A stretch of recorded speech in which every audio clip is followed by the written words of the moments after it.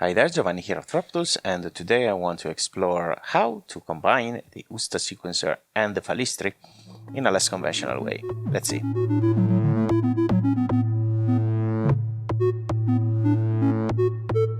Okay, so in this patch here I have two tracks, 1 and 2. 2 is playing the bass, which sounds like this. It's playing just one note because I have set my track 1 to play only one stage with a very generous variation index and variation range, like this. And the result is this.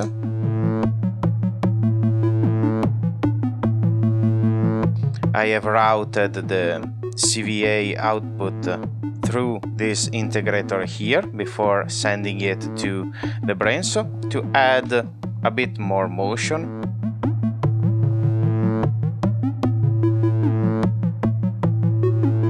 Just an extra touch.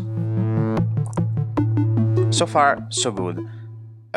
What I want to do is use FALISTRI as my clock, but only for track 1. So I have already passed it and set it to loop with a slow time scale, and I have passed the end of fall to the clock input.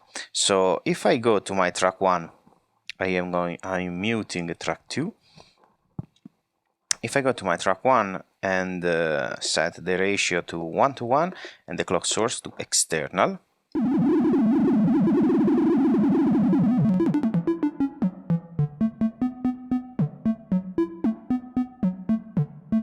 I am able to use FALISTRI as a clock.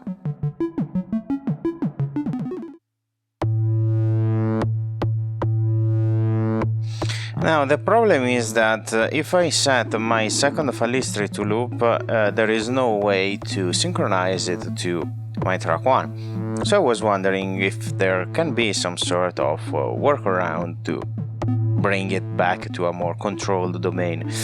And so I thought that I could set a track, for example my track 3 here, with just one stage outputting one gate in sync with my track 2.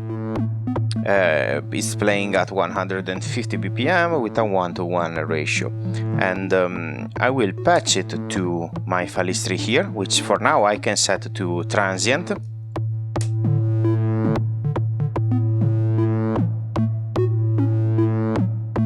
And I can use the falling time to postpone the clock and have a sort of clock delay, which will move the first sequence slightly out of phase.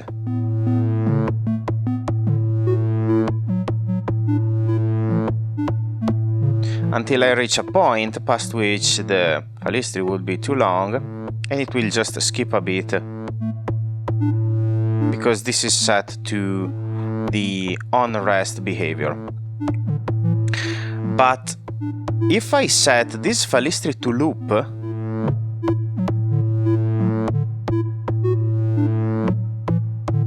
I can find a point where they are more or less in sync, where the overall length of FALISTRI kind of matches the space between one clock impulse and the other. But if I make it faster, I can have this sort of reset where I can play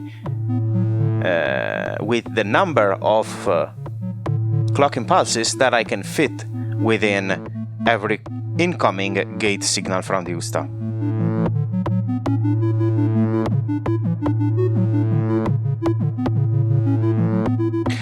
You may have noticed that I left the raising time all the way to the left, and it's because of how FALISTRI handles the reset signals. Because the reset signal, let it be a gate passed to the input or the manual button, always recall the raising stage. So if the envelope is raising, it will just keep raising and ignoring the reset button. It won't restart to a 0 point.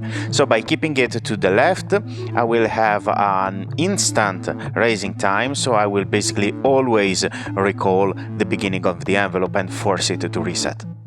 But I think that we can take it even further from here, and we can use our fourth track on the USTA sequencer. Let's play the sequence again. We can set, let's say, 4 or even 5 stage sequence, where every stage has a length of 5 time units. Let's reset it. So every stage will last like 1 round of baseline, as you can see from the playhead moving. And then I want to assign my CVB track to integer values like 1, 1.5, 2, and even 3. Let's do 1, 4, 2 and 3.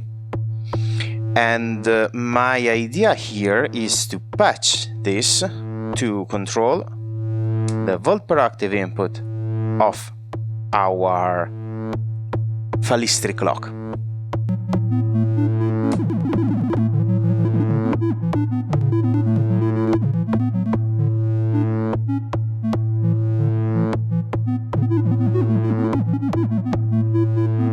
My track B is a bit too strong, and I can even send to FALISTRI an even slower clock, so that I will have more space to fill with new generated gates.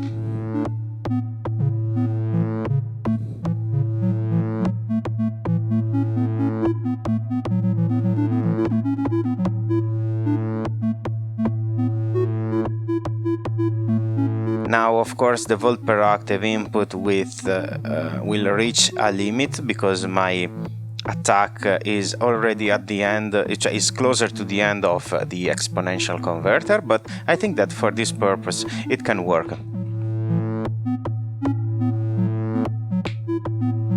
I just need to transpose my track 1 an octave higher, or maybe not necessarily an octave, but